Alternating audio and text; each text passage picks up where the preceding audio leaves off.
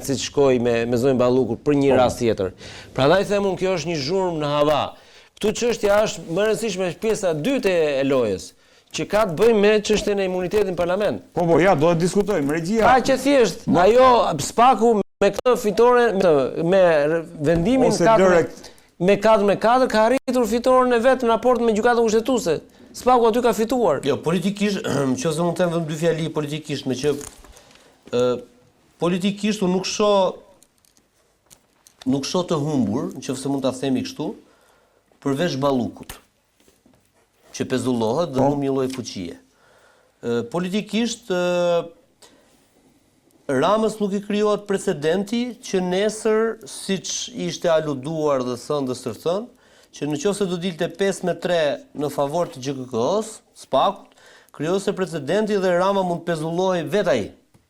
Pra, tani, në rastin konkret ku jemi, Flogert, a mundet që, me këtë vendim të gjykatës kushtetuese, a mundet që brenda një afatit shkurtër Spak pa patur një vendim tjetër gjykatë të kërkojë pezullimin e një ministri? Të ministri po, ndoshta të Ramës jo, sepse Rama e çon sërish, se ndryshon një ministër nga kryeministri.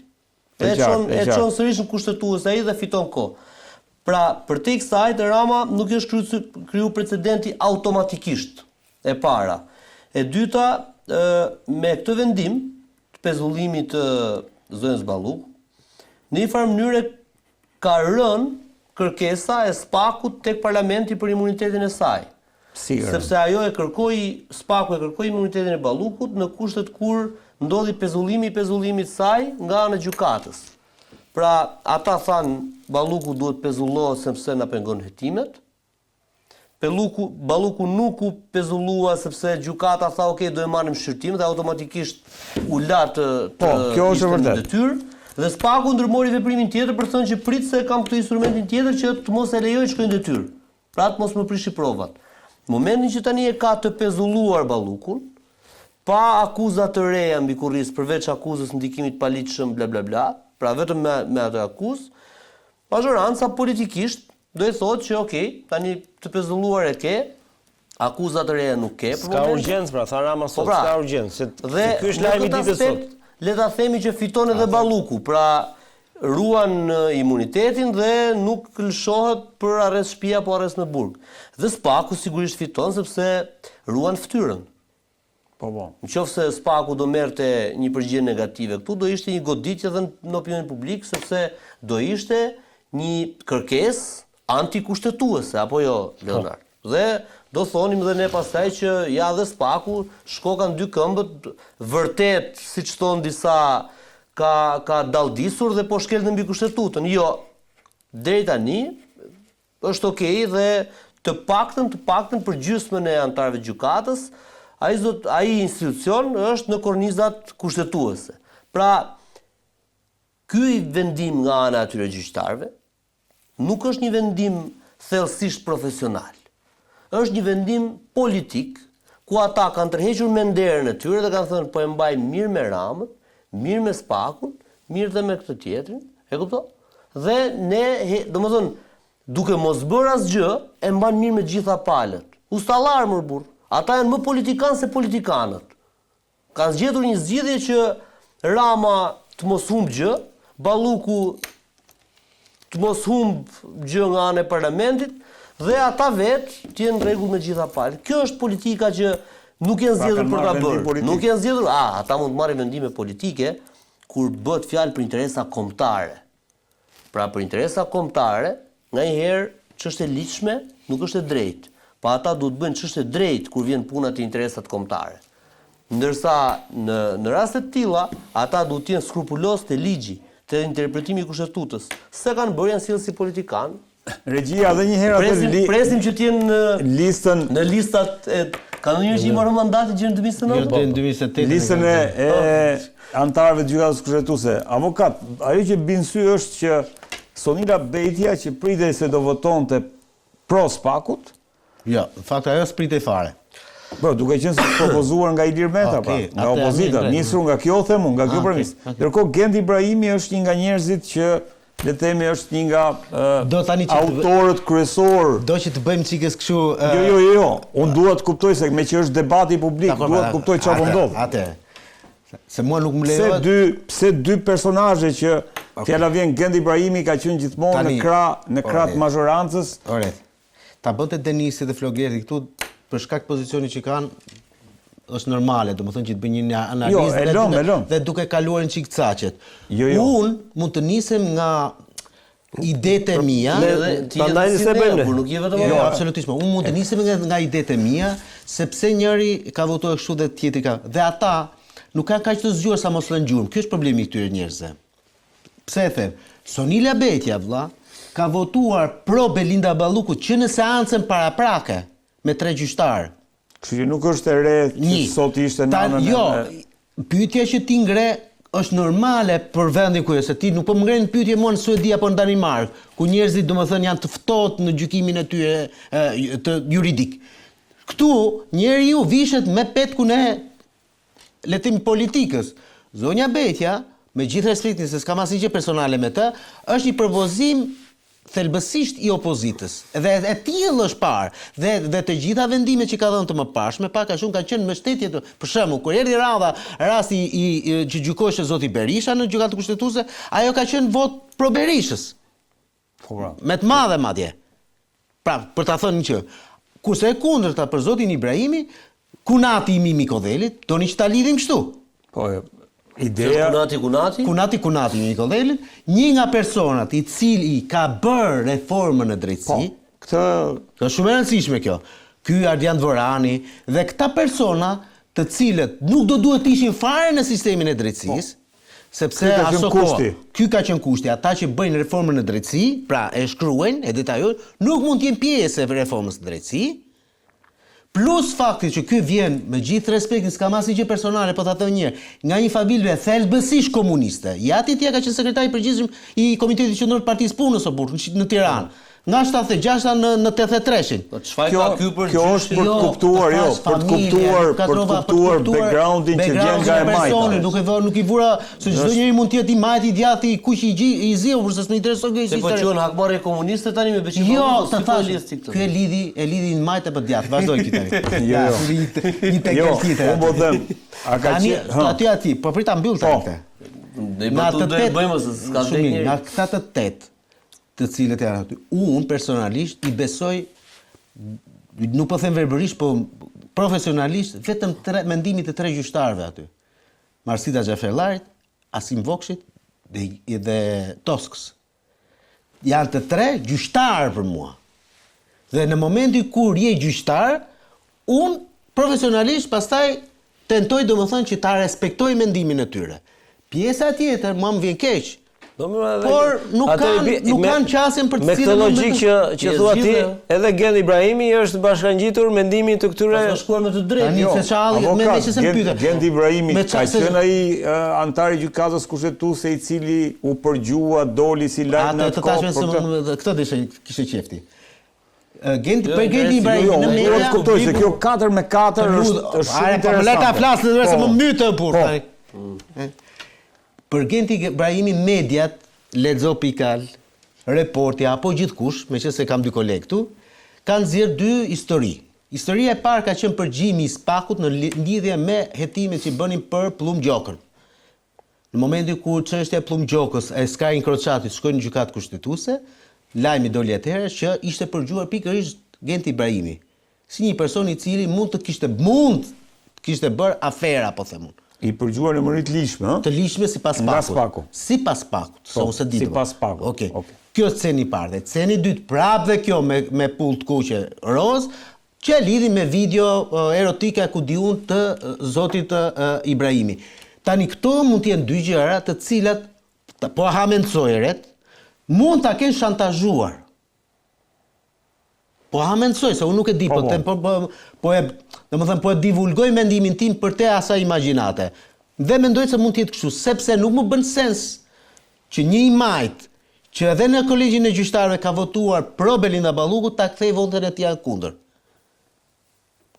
Ai biseda që bëra herën e kaluar në lidhje me Sander Besin është identike njëjta gjë që po flasim sot për Gendi Ibrahimi.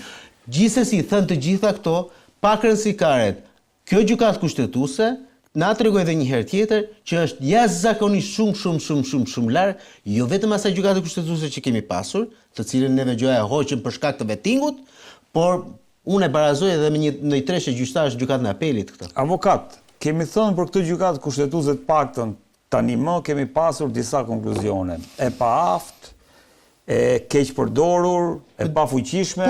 Po.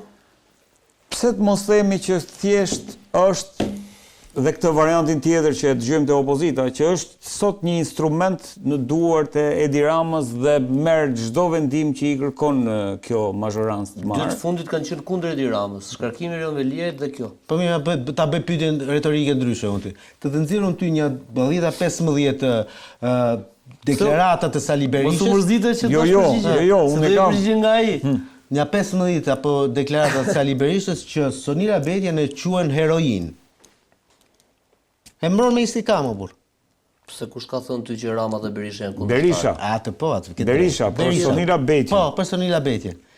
Tani si është e mundur që ka që nga e premtja dhe heroina e Sali Berishës nuk ka thënë. Po si është e mundur që s'e kanë dhënë përtej Sali Berishës?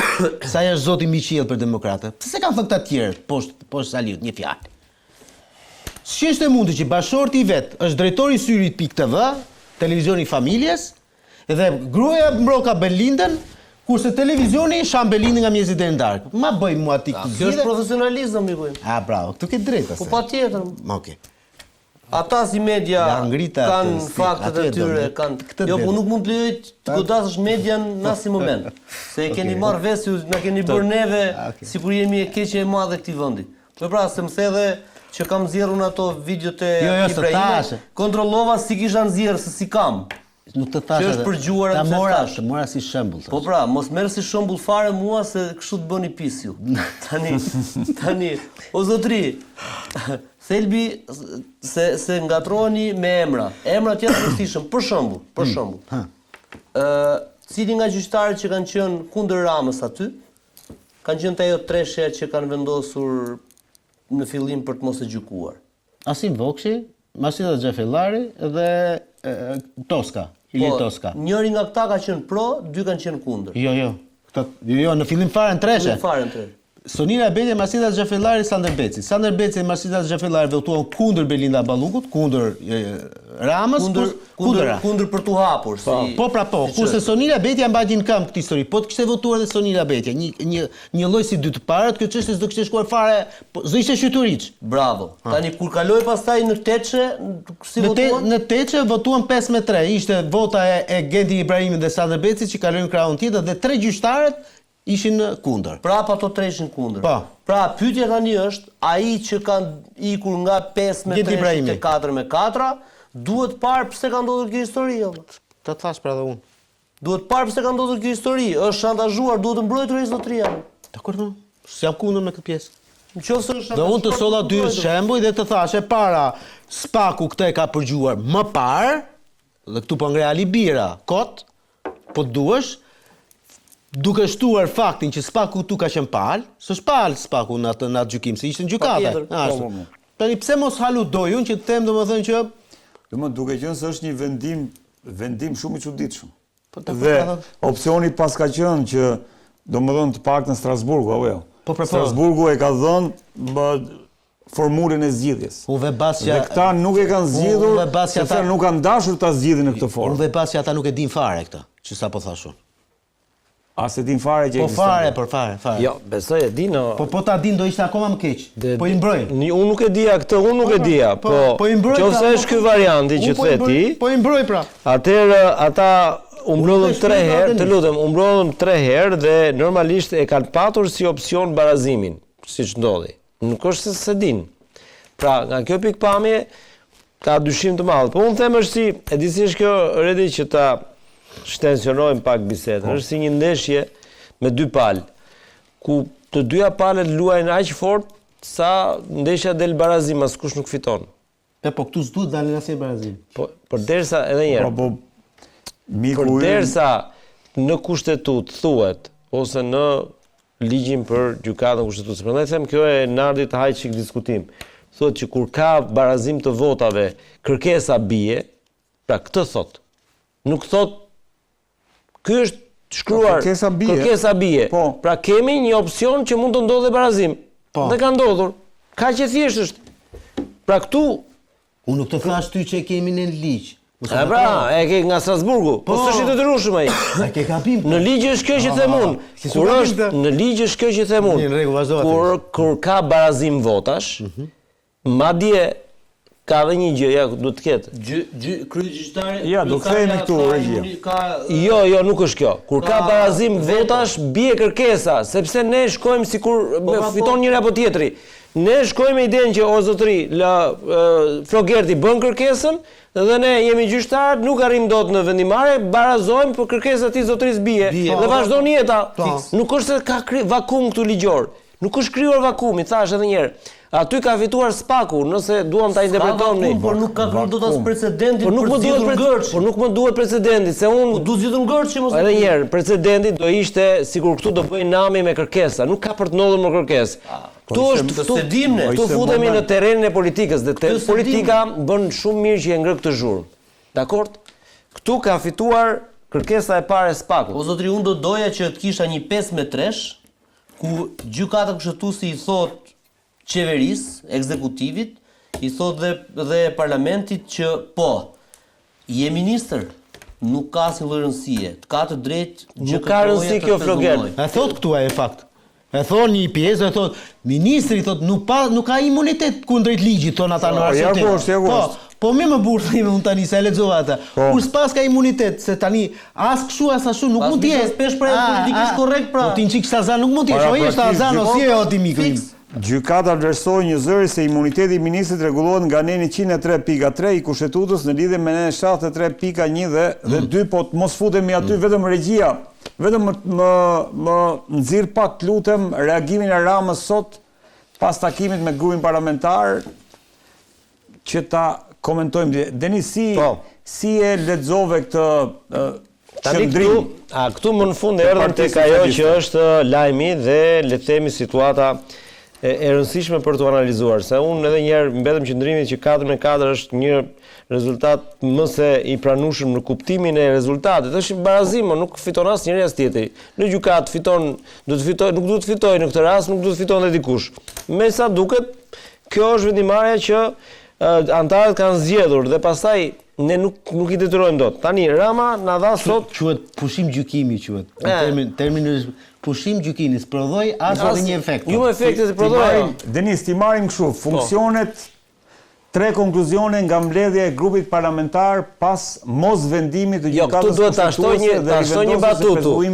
3 konkluzionet e mia thot Rama, se nuk grupi parlamentar aty s'ka askush kush shkep konkluzione, po kthehemi tek ajo çfarë funksionet e padelegueshme kushtetuese nga i antarit qeverisë tek ai presidentit të Republikës dhe jo vetëm nuk mund të pezullohen kursesi nga askush duke u nisur nga një emër i përveçëm, sepse pezullimi paralizon funksionin, pra institucionin që ajo drejton. Kjo është politikë e Ramës, nuk është thelbi, vazhdo. Nisur edhe nga leximi i deklaratës publike të gjykatës kushtetuese, ku të gjithë antarët e trupës shfaqin uranim lidhur me problemin, po ndahen tek rrugëzgjidhja. Grupi parlamentar socialist do të angazhohet për zgjidhjen përmes ndërhyrjes në legjislacion. Kjo është e rëndësishme dhe rikthehemi edhe tek pjesa e tretë është më e rëndësishme që thotë se vetmja pale përmbushur nga rikthimi i pezullimit është ato që thashun fitoria e SPAK-ut. Që në kushtet e pezullimit mund të vazhdoj krejt qetësisht hetimin përkatës, ndërkohë që deri në adresimin ligjor të zgjidhjes nuk ka asnjë urgjencë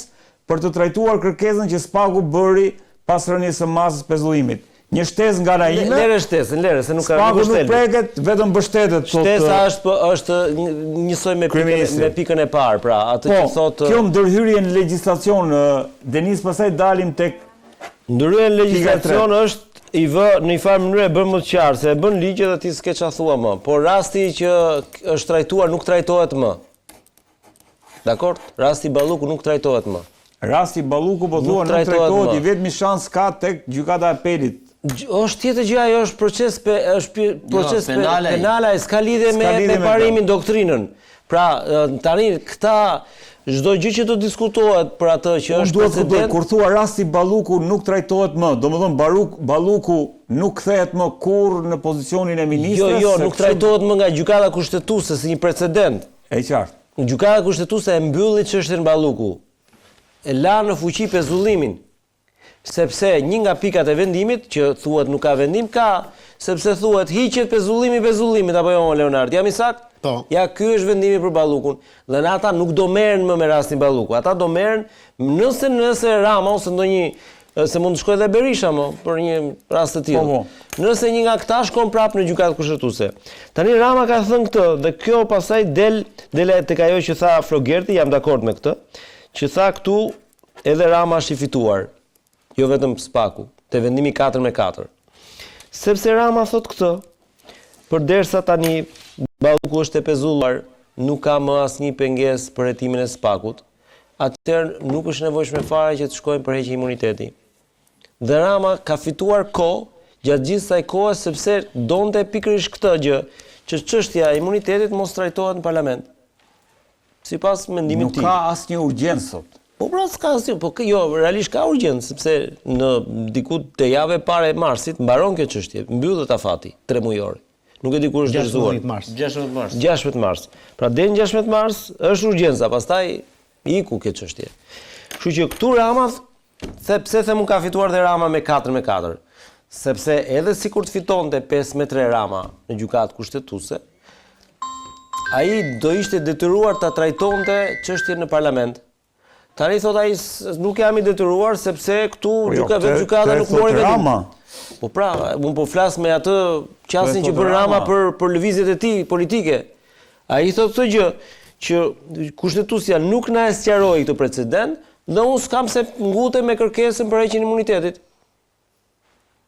Në qoftë se kushtetuesja do t'ja kishte sqaruar precedentin, atëherë ai do duhet ta sillte në parlament.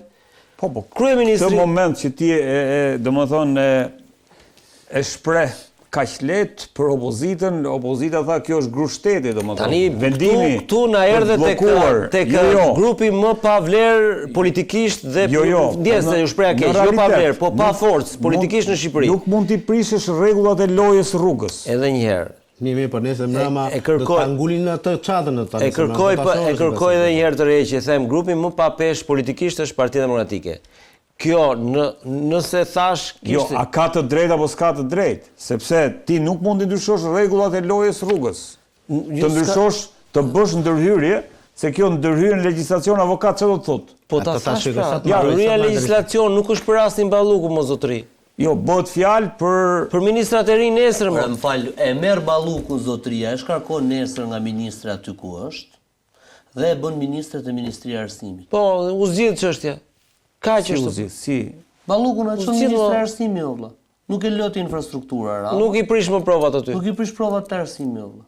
E shkarkon nga zëvendës kryeministre dhe jo, se kisha menduar. Avokat. Ço po them pra? Avokat. Edhe avokat na tronditi. Edhe pra, e ka opsionin Rama që ta mbrojë Ballukun në presidentër. Balluku është një histori e mbyllur me gjykatën kushtetuese, më fal. Po çfarë ka humbur Rama këtu më? Si ministre e kësaj dhe si zëvendës kryeministre ka mbaruar çështja, nuk gjykohet më. Ne po themi për ministrin nesër, vazhdimi. Rama e ka opsionin për ta emëruar ministre prap. Bravo, dhe ka dhe opsion tjetër Rama, se edhe po në këto kushte, edhe po komunikoj, po më në këto kushte, dhe ka dhe opsion tjetër, që për një javë Rama të gjej një artific tjetër dhe të pyesi sërish gjykatën kushtetuese për parimin e kësaj ngërshit kushtetues që nuk u zgjidh. Po?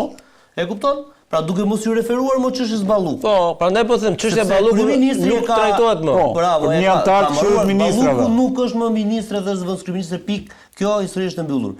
Rama si kryeministër ja jep këtë fuqi kushtetuta që ta ngrej sa herë dojë në këmbë gjykatën kushtetuese. Për çdo gjë, ndryshe nga tjerët.